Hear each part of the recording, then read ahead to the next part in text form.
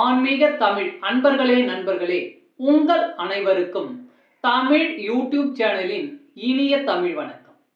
தாய்மொழியால் இணைவோம், தாய்மொழியை வளர்ப்போம். வாழ்க தமிழ், வளர்க தமிழ். நமது சேனல் ஆன்மீக பதிவில் மாணிக்க வாசகர் அருளிய திருவாசகம் என்னும் நூலில் உள்ள அனைத்து பாடல்களையும் தெளிவான மற்றும் இயல்பான விளக்கமுடன் மூலமும் உரையுமாக மாணிக்க வாசகரின் திருவாசகம் என்ற தலைப்பில் அளித்து வருகிறோம். இதனை ஆன்மீக அன்பர்களாகிய நீங்கள் கேட்டு சிவனருள் பெற்று இறைபலன் பெற வேண்டியும், மேலும் இப்பதிவு உங்களுக்கு பிடித்திருந்தால் இந்த பதிவிற்கு லைக் மற்றும் ஷேர் செய்தும், அது மட்டுமல்லாமல் இதுவரை இந்த சேனலுக்கு நீங்கள் சப்ஸ்கிரைப் செய்யவில்லை என்றால் சப்ஸ்கிரைப் செய்து பெல் பட்டனையும் அழுத்தி ஆதரவு அளிக்கவும் அன்புடன் கேட்டுக்கொண்டு இப்பதிவினை தொடர்கிறேன். வாருங்கள், ஆன்மீக பதிவில் மாணிக்க வாசகர் அருளிய திருவாசகம் அறிவோம், அறிந்து தெளிவோம், தெளிந்து சிவன் அருள் பெறுவோம். ஓம் நம சிவாய. திருவாசகம் என்பது சைவ சமய கடவுளான சிவபெருமான் மீது பாடப்பட்ட பாடல்களின் தொகுப்பு ஆகும்.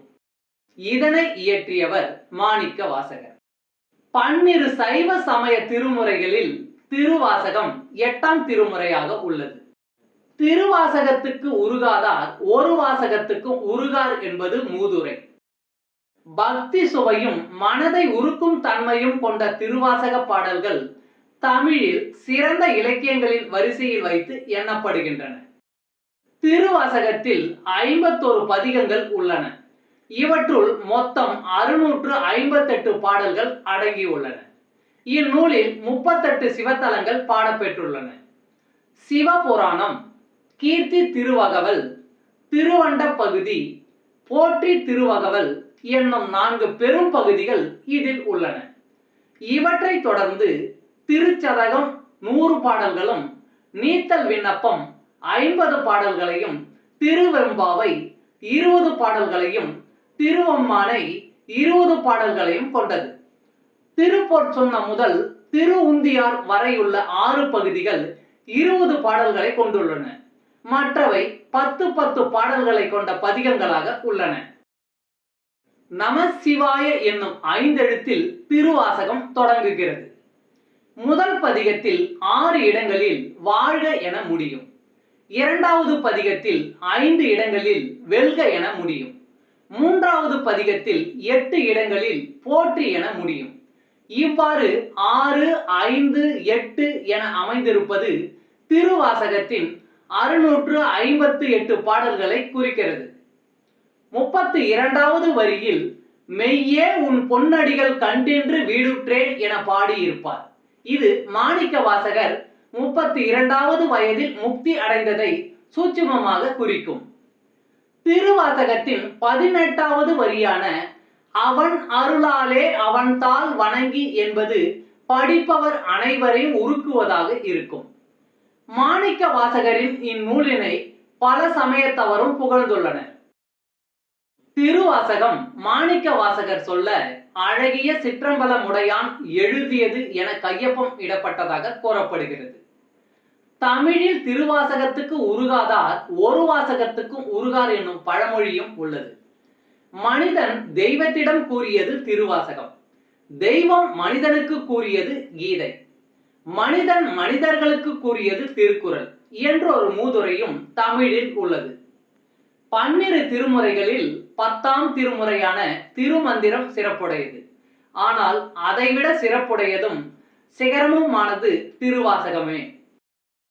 இந்நூல் மனிதனின் உள்ளத்தில் புகுந்துள்ள சிற்றியல்புகள், அவற்றை களையும் முறைகள், இறையாகிய பரம்பொருளை நாடுகிறவர்கள் பெற வேண்டிய பேரியல்புகள், அவற்றை வளர்க்கும் முறைகள், அருள் வேட்கை கொள்ளல், அருளை பெறல், அதில் ஆழ்ந்து தோய்தல், இறைவனை காணல், அவனோடு தொடர்பு கொள்ளல், அவனிடமிருந்து பெற வேண்டியதை பெறுதல், பக்தியை பெருக்குதல், அது இறைபக்தியாக வடிவெடுத்தல், இறையுடன் இரண்டர கலத்தல் ஆகியவற்றை முறையாக கூறுகிறது.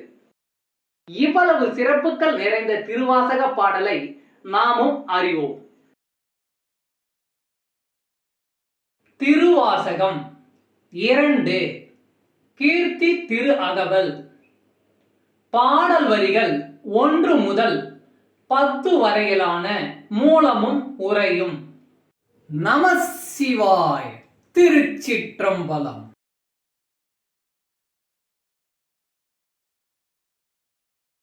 தில்லை மூதூர் ஆடிய திருவடி பல்லுயிர் எல்லாம் பயின்றனன் ஆகி எண்ணில் பல்குணம் எழில்பெற விளங்கி மண்ணும் விண்ணும் வானோர் உலகும் துண்ணிய கல்வி தோற்றியும் அழித்தும் என்னுடை இருளை ஏறத் துறந்தும் அடியார் உள்ளத்து அன்பு மீதுர குடியா கொண்ட கொள்கையும் சிறப்பும் மண்ணும் மாமலை மகேந்திரம் அதனில் சொன்ன ஆகமம் தோற்றுவித் அருளியும்.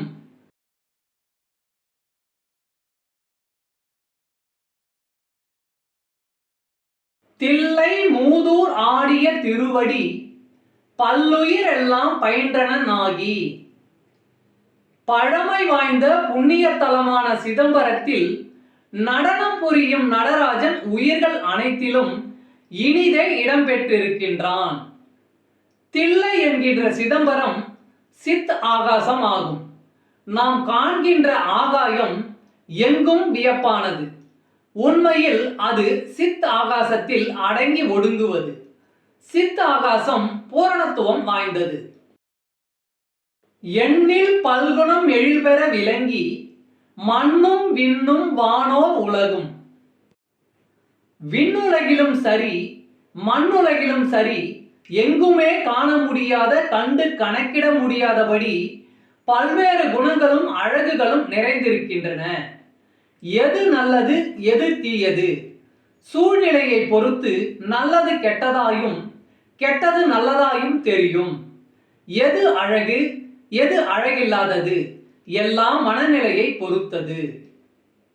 துண்ணிய கல்வி தோற்றியும் அழித்து மென்னுடை இருளை ஏறத் துறந்தும்.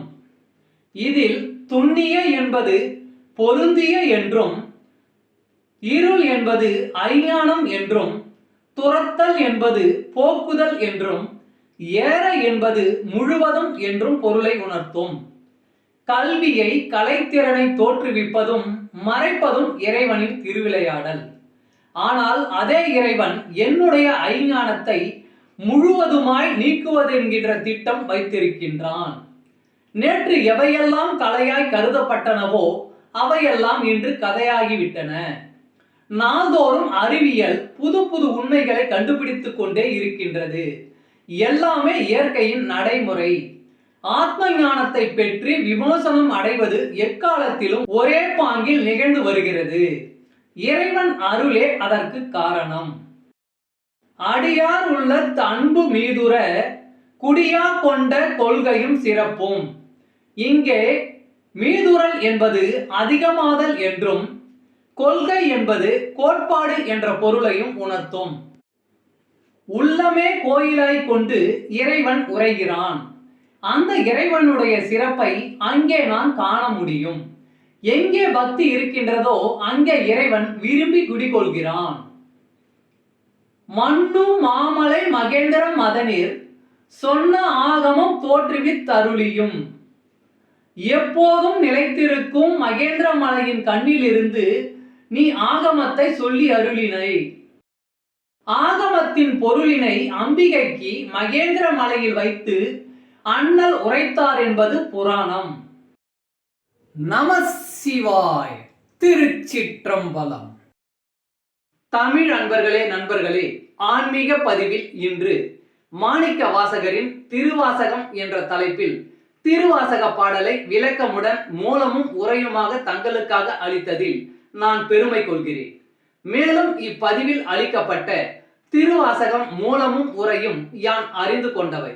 யான் அறிந்த இந்த திருவாசகம் பற்றி நீங்களும் அறிந்து கொள்ள வேண்டும் என்ற நோக்கிலே இப்பதிவில் அளித்துள்ளேன். யான் அளித்த இந்த பதிவு உங்களுக்கு பிடித்திருக்கும் என்று நான் மிகவும் நம்புகிறேன். இப்பதிவு ஏதேனும் ஒரு வகையில் உங்களுக்கு பயன்பட்டால் அதில் எனக்கு மிக்க மகிழ்ச்சியே. வாழ்க வளமுடன். சர்வம் சிவமயம். இறையருள் பெறுவோம், இன்பமாய் வாழ்வோம். அன்பு ஆன்மீக தமிழ் அன்பர்களே நண்பர்களே, இவ்வீடியோ பதிவினை கேட்டு இன்புற்று ஆதரவு அளித்த அனைத்து தமிழ் உள்ளங்களுக்கும் எங்கள் உள்ளம் கனிந்த நன்றி.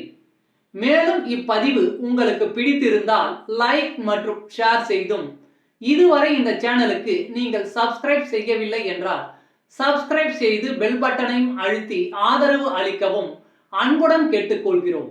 மிக்க நன்றி. அடுத்த பதிவில் உங்களை விரைவில் சந்திக்கும் வரை உங்களிடமிருந்து விடை பெறுவது தமிழ் யூடியூப் சேனல்.